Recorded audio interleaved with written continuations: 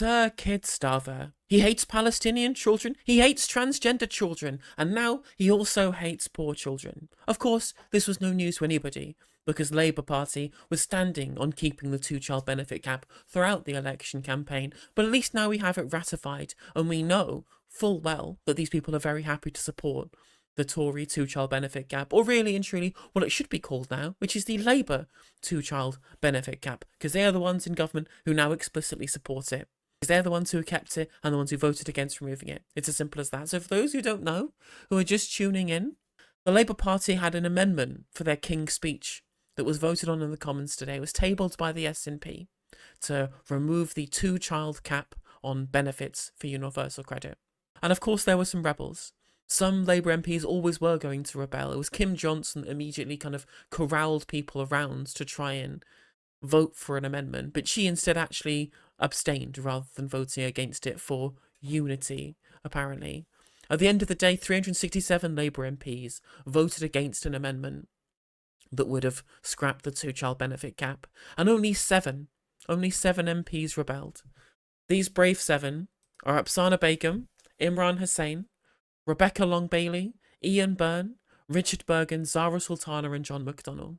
And as punishment for voting against, as punishment for wanting to lift children out of poverty, they had the whip suspended from them for 6 months.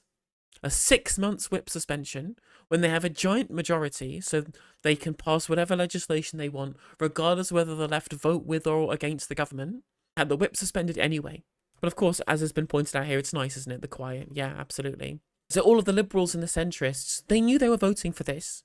They knew that they were voting to keep children in poverty. Labour said they were going to do it. They told us that everyone, if you don't support a Tory enabler, well, it's a Tory policy, so you're now the Tory enablers. You enabled Conservative policy that's keeping children in poverty. And these were the only rebels. The only people brave enough to stand up to a government that refuses to take action on the easiest way to lift children out of poverty. Torsten Bell, calling him out straight away, the man who described it as a terrible policy that is one of the biggest drivers of child poverty because all of the child poverty we've seen increasing is in large families. The parachuted MP for Swansea, previously head of the Resolution Foundation think tank, very critical of the two-child benefit gap, falling into line like a good little boy to keep children in poverty. Plenty of left-wing MPs voted for Olivia Blake, Dawn Butler, Clive Lewis. All of you should hang your heads in shame. Hang your heads in shame of what you're enabling in government. Kate Osborne MP, you as well, you're also enabling child poverty. And the spite, the barefaced spite of the Labour leadership, again, giant majority, completely unassailable majority. They will pass legislation whether the left-wing MPs are in the party or not. But because they seemingly care far more about factional warfare and performative flagellation of people slightly to the left of Gerhard Schroeder, no, suspended for 6 months. People seem entirely surprised. Why give the left oxygen? I really don't get why the party didn't just say, yes, it'll be our first priority at the budget and have it looked at the books ages ago. Such a stupid fight. But these people, these morons, right? These absolutely thick twats, they just don't understand. Again, this guy was literally tweeting about the adults being back in the room. Is this the adults in the room? Oh, well, they're getting into a stupid fight. Yeah, because these people are idiots. They don't bother researching the people that they're voting for or the governments that they support. It was clear to everybody that the people in charge of the Labour Party care far more about the performative flagellation of the left. They care far more about trying to look not left-wing. They'll ape Reform UK policies and Tory policies as much as they want, right? Someone from the left of the party says, well, maybe we should be lifting children out of poverty. Suspend the whip. Get rid of them. Pathetic. Absolutely pathetic. Yeah, how is this going? How is this going? Another crazy thing as well, as somebody pointed out in chat, is that one of the biggest themes from the election campaign was country before party. They were incredibly vociferous in pointing out how they were returning government to service. No more of the party political gamesmanship. We're going to do what's right for the country, rather than thinking about the party first. What did it come down to when we actually talk about lifting children out of poverty? Suddenly the party takes precedence. Abdi Douale saying, rather than just suspending them, we should get rid of them and have people who support the government. Because it is only about party, rather than the country. Essentially, they were suspended because there was an SNP amendment that they were supporting. These people are spiteful, factional idiots. Performative spite that they're doing here. And that's all that's mattered to them. Actual utility of governance and trying to do good things, completely second to them. What's crazy as well is that one of the MPs that was suspended for this was Rebecca Long Bailey, the leadership contender. This is him. This is Sir Keith, right? The liar, the brazen fucking liar. Oh no, he's not a liar. He's just slightly dishonest. Oh, it's just ducking and weaving, according to Andrew Marr. During the election campaign, saying that we must scrap the 2-child benefit limit.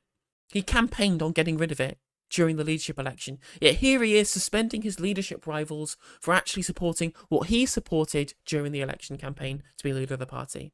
A disgusting, lying charlatan.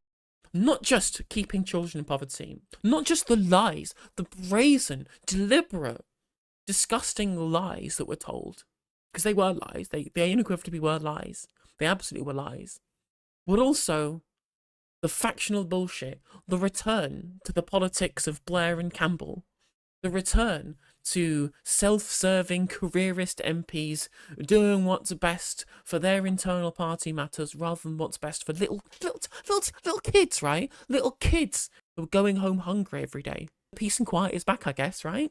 Adults back in the room. I'm sure that's what you wanted, wasn't it? Good, excellent. Tories are gone now. Blue team's gone. Renty were in power. I can go back to brunch now.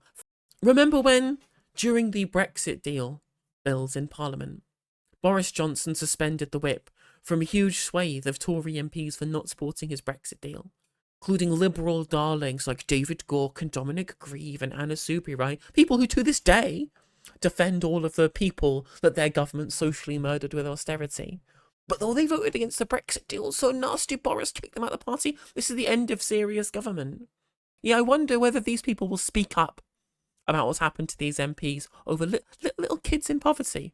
Not the ins and outs of some trade deal with their precious EU, but the actual material impact of little kids being kept in poverty. Are we actually hearing anything from the vast majority of people? Crickets. See what I mean? It was always party first, country second. It was never the politics of service. It was the politics of power, not protest, yeah? There's a reason why they say power and not office. There's a reason why they say power and not being elected or governance. Because power, not protest, was always meant in earnest. They wanted power. They didn't want to do good things. They didn't want to maximise utility. They wanted to get their cushy little jobs and their ministerial red boxes. That's all they cared about. And indeed, as always, yeah, I'll go back to what Carla Denyer said during the election debates, right? They described it as student politics when Carla Denyer said that Labour had turned themselves into the Conservative Party. The Change Labour Party. They changed themselves into the Conservatives. Oh, this is student politics. This is terrible, sixth form attacks on the Labour Party. Is she fucking wrong? Is she wrong, centrists? Same policies, same shit, different colour tie. Same shit, different colour rosette. No, because adult politics, right, is where you suspend people for trying to support little starving children. That's real adult politics. Performative suspensions of people for being different to ideas on your own policy because they're slightly to your left, right? That's the true, grown-up politics to these people, rather than basically true statements about the ideological shift of where the Labour Party sits in terms of the political spectrum. Yeah, plenty of Starmerites in the run-up to the election saying, oh, well, we have to vote for them now, but once they're in government, we're going to hold their feet to the fire. Yet when they said hold their feet to the fire, what they really meant was try and get them to overturn Brexit, but forget about the material impact of every single policy that affects poor people. And as usual, we're seeing the same amount of pressure that we're used to from the trade unions in response to this. Dave Ward has tweeted. He's tweeted saying that the whip should be restored. Will he remove any funding or threaten to disaffiliate? Will he actually do anything like that? Put any material pressure? No. I'm sure he'll send some strongly worded letters, chat. I'm sure that definitely worked last time. And again, you never saw any of this from Blair.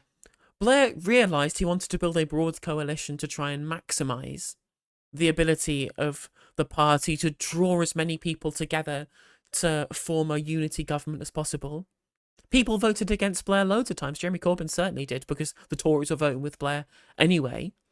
But at least Blair understood you had to keep everybody on side. He had leftists in his cabinet, like Robin Cook and Claire Shaw. He was happy to build unity with the left of the party. And they spent 13 years in government whilst doing that, during the Blair years. He knew that he could pass legislation without having to rely on the left, and so they were completely powerless, and he knew it, and so he didn't care. Because again, at least Blair was above this factional nonsense, right? At least Blair was above this. And this was going to bite them in the arse as well. Plenty of these MPs who voted to keep the two-child benefit cap here are in seats where they're in a second place with the Greens. Stella Creasy and Walthamstow, the one who was such a girl boss, all bringing her child into the chamber, which was true, right? It was a good thing that she showed that somebody can be both a mother and an MP doing their jobs at the same time, right? But only apparently for the mothers of people who can make 90k a year being an MP. Struggling mothers with multiple kids relying on universal credit, though. She doesn't care about them, does she? Greens are in second place behind her. You people need to watch yourselves. Again, if they'd have just tried to keep these people on side and build a broad coalition like Blair did, this wouldn't be a problem for them. And now all of these safe constituencies are now swing constituencies. Jonathan Ashworth, Thangham Debonair, they learnt the hard way in the run-up to the election. And now all of these MPs and these other safe constituencies, they're going to learn the hard way at the next election. They are going to learn the hard way. And the work starts now. The work starts now in unseating these monsters. The work starts now in getting these people out of our government. Stopping taking our tax money to pay for their bills. The work to remove these people starts now. People who have seats where the Greens are in second place, you're living on borrowed time, mate, if you voted for this. Again, you could have fought off a challenge from the left by keeping the broad coalition together, just like Blair knew that he could do. But the Starmites think they can get away with anything. To quote Peter Mandelson, they think we have nowhere left to go. They think we have nowhere else to go. Unfortunately, we do have other places to go, and these MPs will certainly find themselves out of a job in 5 years' time if this is where they think that they can continue going. Yep, Karen Smith, certainly another one of the people who's definitely got a lot of support for the Greens in her constituency. Alex Sobal as well. Also, right, I want to point out something as well to every Scottish person who voted for the Labour Party instead of the SNP. Or the SNP, they did some silly things that I don't like when we're in government. I'm going to vote Scottish Labour for a voice for Scotland. They said they were going to be a voice for Scotland, and they opposed the two-child benefit cap. Did any Scottish MPs vote against the two-child benefit cap? Did they fuck? But I'm sorry, Scottish Labour voters who rejected the SNP in favour of the Kid Starver Party, you got what you wanted, mate. You got what you wanted, and now your children are going to be hungry because of it. You could have supported a real voice for Scotland. You could have supported a real voice to challenge Labour Party hegemony in Westminster. But you cucked out, you voted for the Kid Starver Party to get the Tories out, and now look where you're at. No voice for Scotland, falling in line by the Westminster Party. Again, this Westminster Party that claimed they wanted to give more power to the regions, right? Not stopping the centralisation of Westminster. Yet, when it actually comes to internal party matters, all that matters is what's going on in Westminster to these people. And you've given up the single bargaining chip that you had in Scotland by having a party that spoke for you as a community and gave it up. You gave up to some careerist neoliberals in Westminster. I hope you're fucking happy with yourselves. I hope you're happy. A good point in chat there saying worth keeping in mind that there's not an election anymore. The reason why they're doing it is because they actually truly genuinely believe it. And that is, of course, true, Barry. But on top of this is why all of these people who said, I'm going to vote Labour regardless, got what they wanted, right? Or the only leverage they had was the point where Labour had to pander to people to be able to get elected. That's all that mattered in the run-up to the election was, will you vote for me or not? And these people was out there saying, well, I have to vote Labour because otherwise we'll get the Conservative Party. They essentially have my head in a vice and they are blackmailing me and railroading me into voting for them. And that's all my leverage. And it's all gone now. All that leverage they had, we're going to hold their feet to the fire. That's not happening anyway. But all of the leverage they had up to this point, up until the manifesto was written, where they were saying, well, we're going to abandon Labour over their lack of progressivism. They now have a mandate to continue this draconian policy platform. They absolutely have a mandate to continue this because these people wouldn't withhold their vote. Oh, look who's got a take, chat. It's Ian Dunt. It's Ian Dunt himself. He's got a take. It's terribly stupid and a pointless theatrical display of look at me conscience from the rebels. Yeah, turns out some of us don't like acquiescing to child poverty, Ian. Some of us have principles. excessive control freak response from the leadership. You supported this. You wanted this, Ian. This is literally what you wanted. You wanted to put control freaks in power. They told you they were control freaks with what they did to Faisal Shaheen, or to Maurice McLeod, or to Greg Marshall, or to Cal Corkery, or to Lee Drennan, or to Lauren Townsend. They told you these were the control freaks. We told you this is what they were like. But these credulous morons, these absolute credulous simpletons like Ian Dunn, just like, no, it's all, they don't really mean it. They don't mean it when they were doing it. Of course they fucking meant it, you idiot. Of course they meant it. They were always like this. This is what you supported, that you campaigned for, that you used your platform to endorse, Ian. You wanted this. Is he saying that voting against starving children is just virtue signalling? That's crazy, right? Is that the people who are voting against it are the ones actually looking for utilitarian policy, whether it would be from the Greens or from Plaid Cymru or from the SNP or from the Liberal Democrats, or indeed from the DUP or the TUV, who voted to remove the two-child benefit cap. They're to the right of the DUP and the traditional unionist voice who supported this amendment. That's how far to the right they are on this particular policy. Those are the ones who actually had utilitarian policy outcomes in mind when they voted for this amendment. The people who are signalling here are the Labour Party MPs, but they're not virtue signalling, they're vice signalling. They're looking performatively draconian to try and appeal to lowest common denominator politics.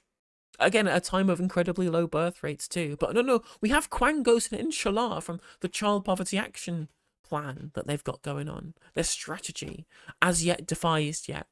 How long will that take? I'm not sure the kids really care how long that takes. It should be happening immediately.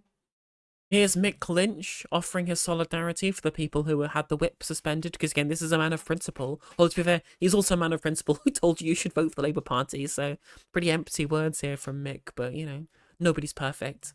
Well, it's a shame that they haven't agreed to restore or get rid of the cap, and I'm very proud of the MPs that have rebelled tonight, all RMT-affiliated MPs, so that's good. And I hope that the Labour Party is going to be tolerant about that. We need an opposition. We need to examine some of these bills, and the Tory party is obviously not in a position to do that at the moment, to provide that kind of scrutiny. So I think it's good that they've put down a marker, and it's a shame that the Labour Party hasn't come up with something concrete that will alleviate the poverty that so many families are experiencing. Exactly, and he's 100% right, and we do need internal opposition. Again, adult politics to the centrist types is literally dictatorial power. The dictatorial power of the leader of the party, the dictatorial power of the Prime Minister's grouping in Parliament. Any amount of dissent being crushed is adult politics to these people. It makes a mockery of democracy, because people don't really care about democracy. That's why they don't support things actually being internally democratic either. These people, all they care about is their own kind of self-fulfillment from performatively being part of the winning team as they get the Tories out. It's as simple as that. I'm going to end this segment with a quote from one of the greatest prime ministers of all time, Harold Wilson. The Labour Party is a moral crusade, or it is nothing. And the Labour Party of 2024 has chosen to become nothing. There's a reason. If you enjoyed the video, make sure that you like and leave a comment. That helps the video out in the algorithm. If you subscribe and ring the bell, it'll let you know when I go live. I stream every day on YouTube and Twitch. You can also follow all of my socials down in the description. And if you want to support me in a more financial manner, there's a join button for membership to just 99p to be a member on YouTube, as well as a Patreon, and there's some merch there as well. And hopefully I'll catch you on the next video. Take care.